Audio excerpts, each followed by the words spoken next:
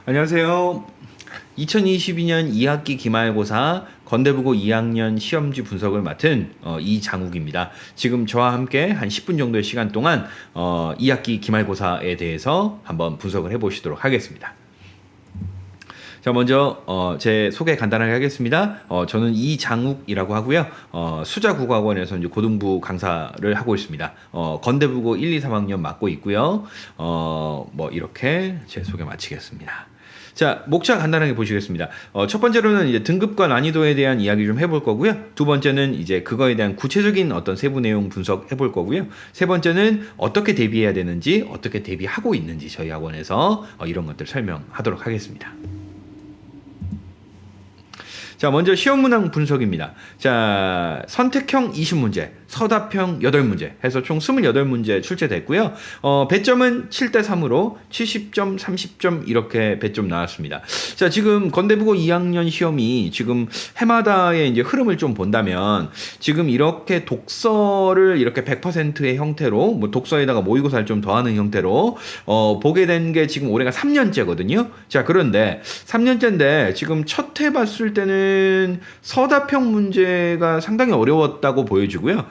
작년, 그러니까 두 번째 해인 작년 같은 경우에는 서답형 문제가 무난했다라고 보여지고요. 올해 같은 경우에는 지금 서답형 문제가 오히려 선택형보다 더 쉬워버리는 현상이 벌어지고 있거든요. 그래서 지금 어쨌든 3번 정도의 이 데이터를 가지고 있는데 저희가 서답형 문제의 비중이 갈수록 내려가고 있다. 서답형 문제가 정말로 이런 게 나오더라라고 생각하고 이제 준비만 하면 될 수 있으면 특별한 일 없으면 다 맞는 정도의 서답형 문제가 자꾸 출제되고 있는 것 같습니다. 그래서 지금은 오히려 학생들이 서답형은 다 맞았어요.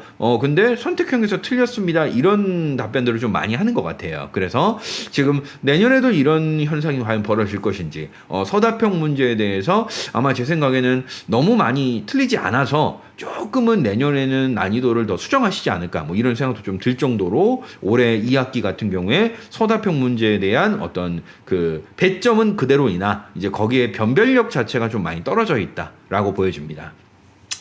자, 두 번째입니다. 그 배점 또 봐보시면요. 자, 저희가 이제 크게 이제 교과서하고 모의고사라고 이렇게 시험 범위가 두 개로 책정이 되는데요. 야, 이번에는 모의고사가 4문제가 출제가 됐고요. 13.9점 배점을 하셨더라고요. 그러니까 교과서 배점이 어마어마하더라고요. 그러니까 그래도 한 20점 정도는 20점 전후로 모의고사에서 배점을 주셨던 것 같은데 지금 이번 시험에는 어떤 의도성을 갖고 있는 건지 아니면 뭐 하다 보니까 뭐 교과서에서 물어볼 게 꽤 많다라고 하셔서 줄이신 건지 모르겠는데 4문제 배점 13.9점밖에 안 줬다라는 거는 뭐 어떤 이유인지 좀 잘 모르겠습니다. 어찌됐건 모의고사의 배점이 문제 자체도 굉장히 쉬웠고요. 모의고사가 배점 자체로 낮았기 때문에 사실 이번 시험 대비 중간고사 때 모의고사를 많이 틀린 학생들이 많아서 모의고사를 좀 중점적으로 많이 했는데 좀 개인적으로는 속상합니다. 모의고사 우리 좀 어렵게 나와도 많이 맞을 수 있게 우리가 준비 엄청나게 했는데요. 이렇게 쉽게 나올 줄이야. 그럼 좀 준비를 덜 할 걸 그랬습니다. 자, 세부 내용으로 한번 넘어가 보겠습니다. 자, 시험지 세부 내용 분석입니다. 자, 먼저 시험 문제 분석 앞에서 말씀드렸듯이 교과서에서 이렇게 24문제, 모의고사에서 4문제 이렇게 출제가 됐고요. 이렇게 뭐 선택형, 서답형에 대한 문항수 좀 간단하게 적어놔 봤습니다. 자, 외부 지문이 뭐가 나왔냐라고 이렇게 본다면 이렇게 세 부분에서 외부 지문이 출제가 됐던 것 같습니다. 일단 자, 외투라고 그 이제 그 소설 러시아 소설이 이제 시험 범위였는데 자, 이게 교과서의 미수록 부분을 냈습니다. 그러니까 이게 이거 좀 세련됐던데요. 그러니까 왜냐면 요새가 아니라 최근 한 몇 년, 한 5년 정도, 6년 정도 전부터 수능에서 사실은 EBS 연계교재가 소설이 수능에 출제됐을 때 이렇게 내거든요. 그러니까 EBS 수능 특강에 실려 있는 부분이 아니라 그 외에 다른 부분을 이제 수능에다가 출제하는 거죠. 예를 들면 홍길동전 같은 경우에 아버지하고 얘기하는 부분이 수능 특강에 나와 있었다면 실제 수능에는 홍길동전이 연계가 돼서 나오긴 나오는데 그 부분이 그대로 나오는 게 아니라 나중에 도적들을 만나는 장면이 출제가 되는 형태. 그러니까 이게 이제 수능 출제하는 어떤 그런 형식인 거죠. 소설 부분에 있어서 연계 교재에서. 그래서 지금 여기 이번에 외투 교과서의 미수록 부분을 일정 부분을 이렇게 지문에 실어준 게 이제 수능 평가원에서 하는 방식을 이렇게 나름대로 이제 해보신 거기 때문에 이런 부분에 대해서는 나름 조금은 그래도 인정할 건 인정하고 싶어요. 그러니까 그대로 내는 것보다는 뭔가 조금은 더 그래도 의미는 있었다라고 평가하고 싶고요. 그래서 완전히 똑같지 않았기 때문에 이제 뭐 달달달달 지문만 외운다고 해서 맞는 게 아니라 어느 정도 이렇게 테스트, 시험이라고 하는 어떤 부분에 있어서의 어떤 의미도 좀 충족시킨 거 아닌가라고 봐서 뭐 나쁘지 않게 봤습니다, 저는.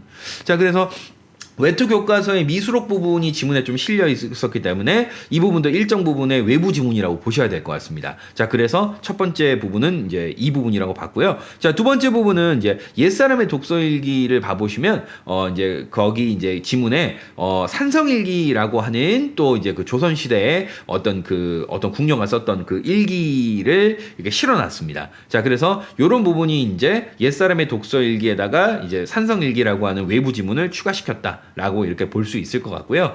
자, 그 다음에 이제 고흐 지문에서 이제 그 추억 감자 먹는 사람들이라고 하는 이제 우리나라 이제 시인이 쓴 현대 시인데 이렇게 그 감자 먹는 사람들이라는 그림을 모티브로 해서 썼던 이제 시인데 이 시를 또 이렇게 보기박스에다가 집어넣으시면서 외부 작품으로 이제 활용을 했다라고 이렇게 볼 수 있을 것 같습니다. 자, 그래서 뭐 전체적으로 좀 평가를 해본다면요, 이제 마무리를 한번 해본다면, 모의고사 부분이 지금 중간고사 때는 꽤 어려웠었는데, 기말고사 때는 꽤 쉽게 나왔다. 자, 그래서 꽤 쉽게 나와서 사실 그 부분에서는 크게 변별력은 없었다.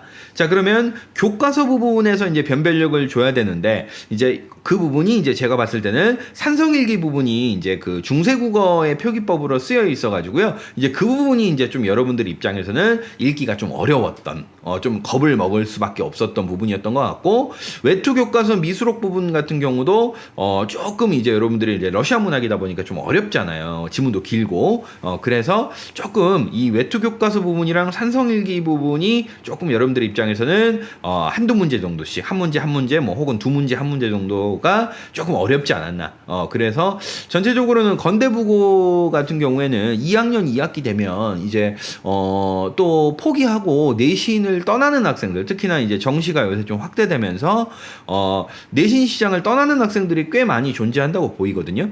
그래서 이제 그런 부분들을 감안해서 어느 정도 공부를 하는 학생들한테 점수를 줘도 충분히 뭐 이게 변별력이 생기지 않겠나라고 판단하셔서 아마 2학기 기말고사 시험은 조금 쉽게 내지 않았나, 전체적으로. 그러니까 정말로 제가 봤을 때는 한 두 문제에서 세 문제 정도만 를 가지고 등급이 상위권에서는 갈리는 거고 나머지는 그냥 다 맞아도 되는 문제라고 보여지거든요. 그래서 이번 시험에 뭐 제가 또 나름 기분이 좋았던 건 저희 학원에 뭐 1학년, 2학년 때부터 계속 오래 다녔던 친구들이 이제 있는데 이제 그 친구들이 등급이 별로 이렇게 좋지 않았던 친구들, 뭐 제가 실명을 언급할 수는 없지만 뭐 4등급 받고 5등급 받고 6등급 받고 이 정도 받았던 친구들인데 이번 시험이 확실히 딱 쉽게 나오고 저희가 준비한 대로 예상한 대로 물어봐보는 시험이다 보니까 막 90점을 넘게 맞고 막 80점 후반을 맞고 이렇게 맞으니까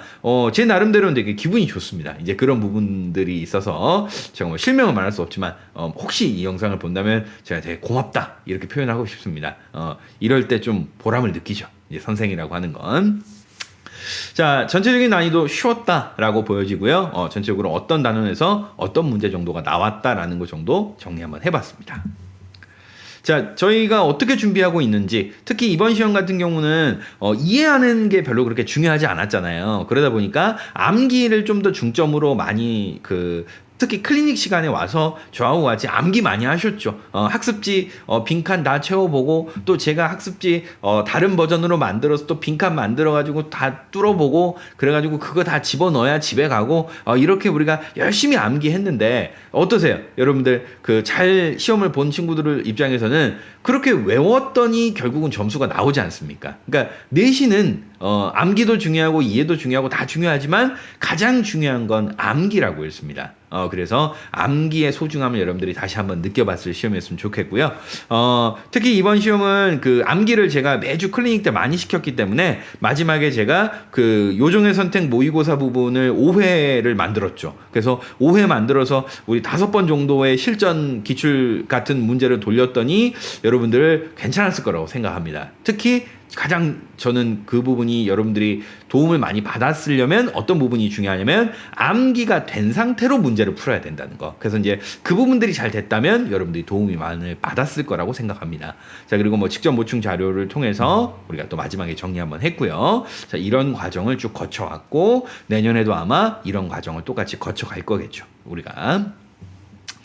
자, 내용 좀 마무리하겠습니다. 자, 저희 수자학원과 함께하면 할 수 있다라고 항상 말씀드리고 있습니다. 그냥 할 수 있는 건 아니고요. 저희가 가지고 있는 기록, 데이터, 기억들 이런 것들과 여러분들의 열정, 수업을 하는 저의 열정 이런 것들이 합쳐졌을 때 우리가 성공을 거둘 수 있다라고 하는 부분 항상 강조드립니다.